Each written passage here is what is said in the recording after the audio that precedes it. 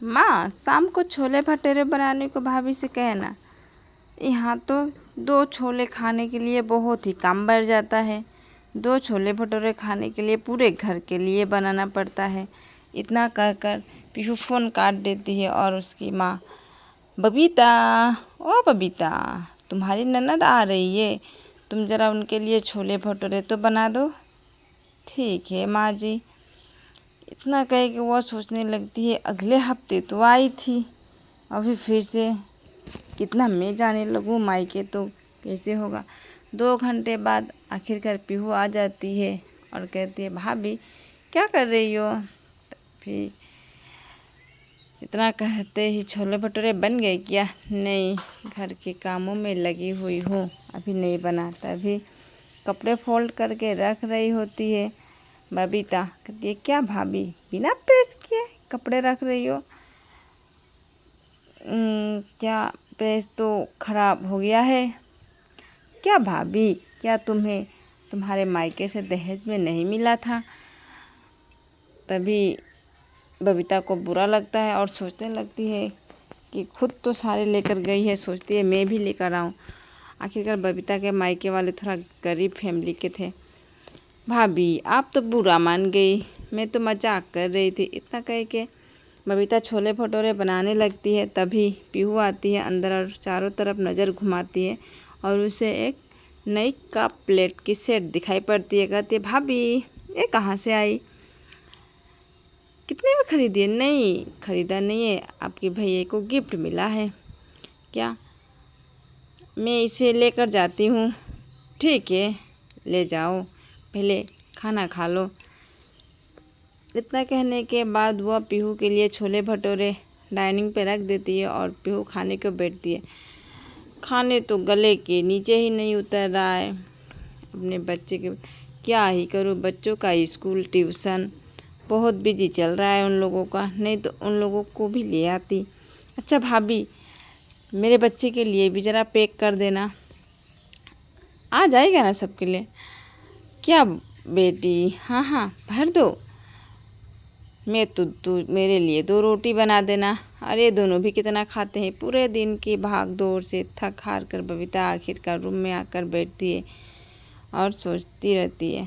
तभी का रात हो जाता है और सुबह को बबीता की सास कहती है, बबीता तुम्हारी ननद पीहू की हाथ कट गई है चाकू से, इसके वजह से वह घर के कोई काम नहीं कर पा रहे। इतना सुनते ही मानो बबीता की पैरों तले जमीन ही खिसक गई। बबीता फटाफट हड़बड़ी में घर की सामान साइड करने लगती है।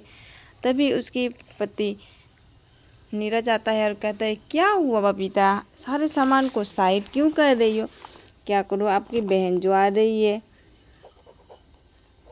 तभी वो चुप रहता है क्योंकि उसे पता होता है अपनी बहन की आदत, और सारी सामान को साइड करती है। और तभी पीहू और उसके दोनों बच्चे आ जाते हैं। अरे आ गई मेरे बच्चे। हाँ माँ, हाथ कटना तो एक बहाना था, मैं तो यहाँ आराम करने आना चाहती थी।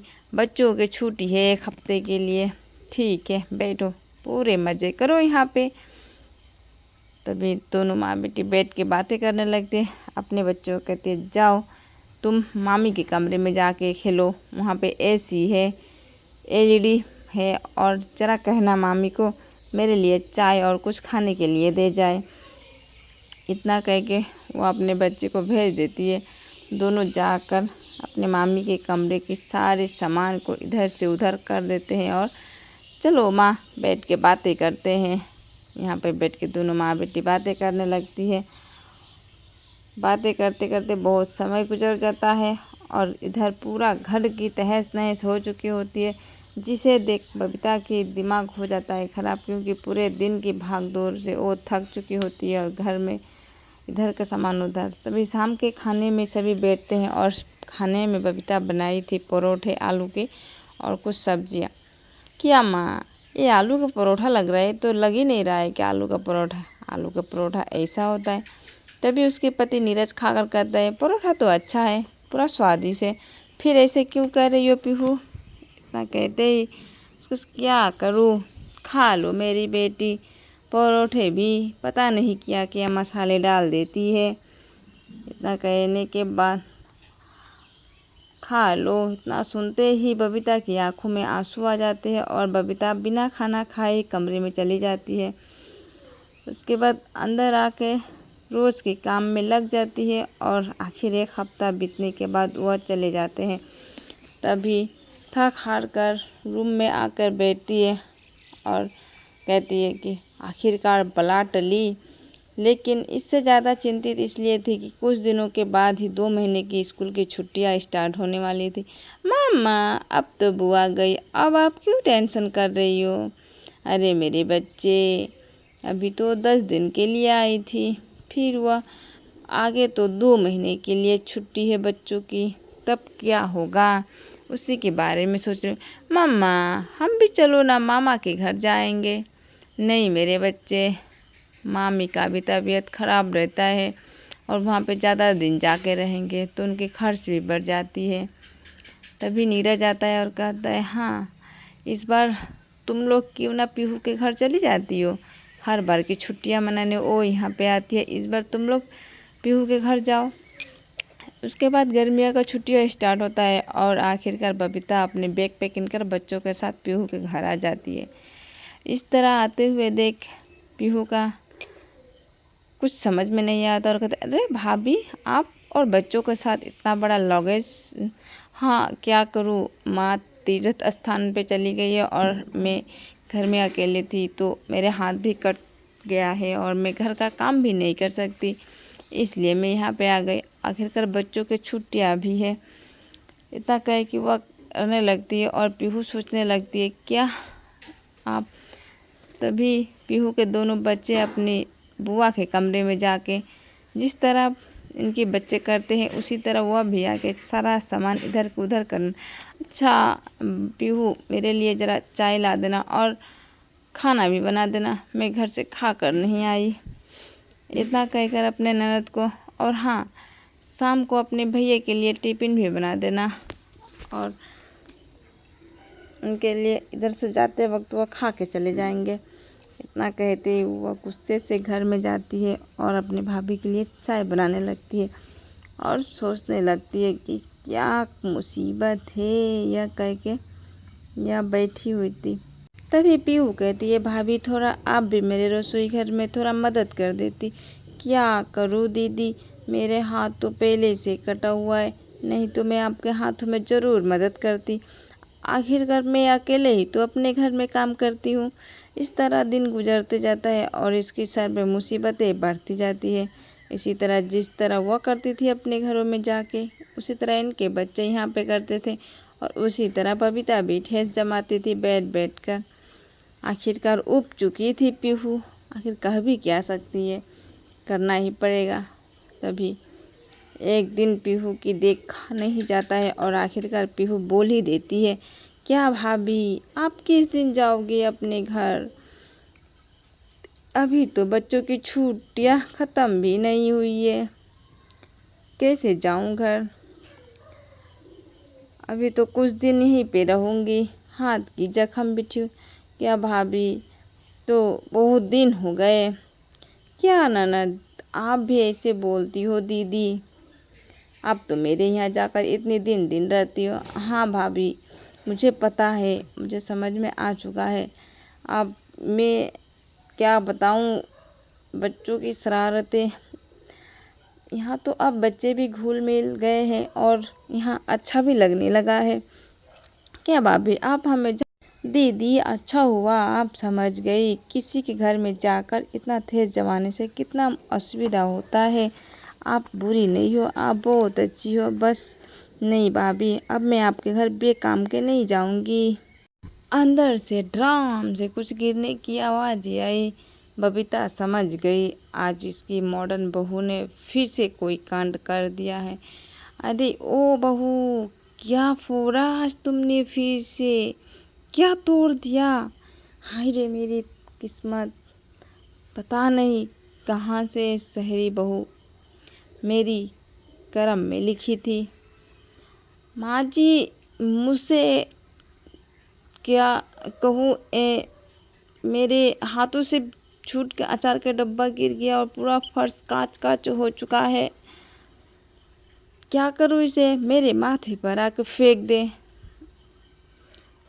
माँ जी आपके माथे पे कांच का टुकड़ा, इतना कहती ही कि सासू माँ भड़क जाती है और उसके पूरा गुस्से से आग बबूला हो जाती है। इसी तरह गुजरते जाता है। तभी बबीता अपने छोटे बेटे के लिए गांव की बहू देखना चाहती है। आखिरकार उसे एक कोमल नाम की लड़की पसंद आती है। वह एक गांव की गरीब फैमिली से होती है और उसकी शादी अपनी छोटे बेटे से करवा देती है। छोटी बेटी की बहू जब से घर में आई हुई थी तब से मानो कि बबीता के पैरों में पंख लग गए थे। वह पूरा खुश रहती थी और अपने बहू की तारीफें करा करती थी। अरे बहू, जरा मेरी मॉडर्न बहू प्रियंका के भी तो कुछ सिखाओ। जब देखो तब उल्टे सीधे काम करते रहती है।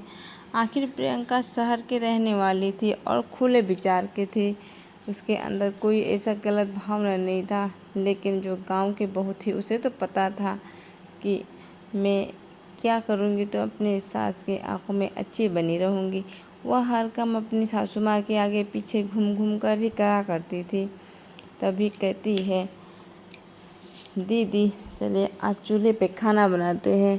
कहती है, चूल्हा चूल्हा तो मैंने देखा नहीं है, पहली बार चलिए रसोई घर में। इतना कह के कोमल अंदर जाती है और चूल्हे में आग जला देती है। चूल्हे में आग जलाकर कहती है सेजल को, दीदी आप ज़रा फूंक मारते रहिए जिससे आग जल्दी से जलेगा और खाना जल्दी पक जाएगा।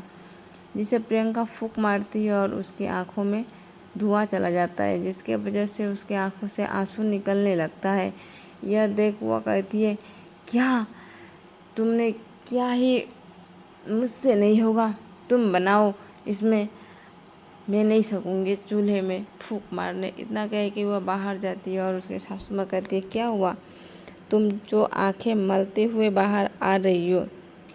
माँ जी अंदर चूल्हे में खाना बनाने के लिए शोभा कर रही हो और वह उसमें मुझे फूंक मारने को बोला। मैं फूंक मार रही थी और जिसकी वजह से मेरी आंखों में धुआं आ गई और मैं बाहर आ गई। तुम्हारा तो काम ना करने की बहाना है बहू। इतना कह के ही वह रसोई घर में जाती है और कहती है, अरे बहू, आज मेरी सहेली की पोते की बर्थडे पार्टी है, तुम दोनों रेडी होकर आ जाना वहीं पे। इतना कहकर वह बाहर आती है। तभी सुबह बाहर आती है और कहती है, अरे दीदी, आज तो माँ जी ने हम दोनों को अपने सहेली की बर्थडे पार्टी में बुलाया है। हाँ, क्या पहनूँगी, मेरे पास तो साड़ी नहीं है, वेस्टर्न ड्रेस है। इससे अच्छी बात क्या है, आप उसी में से एक पहन लो। नहीं पर माँ पल्लू रखने को बोलेगी तो उसी में से एक पल्लू रख लेना। यह सोचकर यह खुश हो जाती है कि यह तो पल्लू नहीं रख पाएगी, जिससे पूरे मजाक बन जाएगी। सोचती रहती है अंदर ही अंदर और खुश हो जाती है। तभी उसकी सासू माँ बबीता कहती है, अरे बहू, मैं जा रही हूँ नितिन के साथ, तुम दोनों तैयार होकर छोटे के साथ आ जाना। इतना कहकर वह चली जाती है और यह दोनों एक दूसरे से बातें करने लगती है। ठीक है, इतना कहकर वह वेस्टर्न ड्रेस पहन लेती है और एक दुपट्टा अपने सर पे रख लेती है, जिससे उसके पल्लू बन जाता है। यह कह के ही दोनों बर्थडे पार्टी में जाती है और बर्थडे पार्टी में जाने के बाद सारे लोग इन दोनों को ही देखने लगते हैं। अरे ये देखो मॉडर्न बहू को, कोई वेस्टर्न ड्रेस पहन के अपने सर पे क्या पल्लू रखता है, आज तो मैंने पहली बार देखा है। अरे अरे ये देखो, छी छी, क्या दिन देखना पड़ रहा है, क्या बबीता की बहू ऐसी है। अरे क्या एक रूह मॉडर्न है, गाँव की नहीं जानती रीति नीति, मॉडर्न की ड्रेस पहनती है, इसीलिए रख ले। क्या बहू, तुम तो मेरी नाक ही कटवाओगी। ठीक है बबीता, तेरी तो चार चांद लग गया, एक गांव की बहू, एक शहर की बहू। हाँ हाँ, भगवान ऐसा किसी को ना दे। तभी सारे लोग बबीता को ताना मारने लगते हैं, जिससे बबीता को बुरा लगता है और वह देख देख कर प्रियंका को बहुत ही ख़राब लगता है, जिससे वह पछताने लगती है कि मैंने बर्थडे पार्टी में आखिर आया ही क्यों। यह कहने के बाद उसकी आंखों से आंसू निकल आता है और वह रोने लगती है। घरों में मेहमानों का आना स्टार्ट हो चुका होता है और चारों तरफ उफरा फुफरा मचा रहता है, और जिससे क्या वजह से है या किसी को पता नहीं चलता। तभी बबीता अपने सहेली को ढूंढते हुए उसके कमरे में आ जाती है और पूछती है, क्या हुआ, चारों तरफ क्यों इतना उथरा पुथरी मचा है। उसकी सहेली अपनी परेशानियां बताती है। क्या करूँ बबीता, आज जो कैंटीन वाला यहाँ पे आने वाला था वह तो एंड टाइम पे ही नहीं आ पाएगा, और मैं इतनी सारे लोगों को खाना कहाँ से दे पाऊँगी समय पे। इतनी छोटी बात, तुम इतना टेंशन मत लो, मेरे है ना छोटी बहू, वह संभाल लेगी। इतना कह के ही वह अपनी छोटी बहू को आवाज़ देती है, अरे बहू, छोटी बहू। तभी आती है, ज़रा तुम रसोई में जाओ तो लोगों के लिए खाना बना दो, मेरी सहेली की इज्जत की सवाल है। नहीं माँ जी, मैं इतना सारे लोगों की खाना नहीं बना पाऊँगी, माफ़ करना, मुझसे नहीं होगा। माँ जी, आप मुझे अपना रसोई घर दिखा दीजिए, शायद मैं आपको कुछ हेल्प कर दूँ, शायद मेरी वजह से आपकी मान बच जाए। क्या बबीता, क्या कर रही है तुम्हारी मॉडर्न बहू। तभी उसकी हाथ पकड़कर साइड में ले जाती है और कहती है, क्या प्रियंका, यहाँ पे कोई मजाक नहीं चल रहा है, यहाँ पे बर्थडे पार्टी हो रहा है, 50-60 लोगों को खाना बनाना है, तुम एक घर का तो खाना बना नहीं पाती और तुम यहाँ पे बनाने जा रहे हो। इतना कहने के बाद प्रियंका कहती है, मुझे सामग्री दे दीजिए और मैं कोशिश करती हूँ। तभी चाउमीन, आलू काटती है, जिसके टमाटो सॉस, बर्गर, नाना प्रकार का चाइनीज़ खाना बनाती है। इसे तो गांव के खाना बनाना नहीं आता था, बट हाँ, चाइनीज़ खाना बनाने में बहुत ही स्मार्ट थी।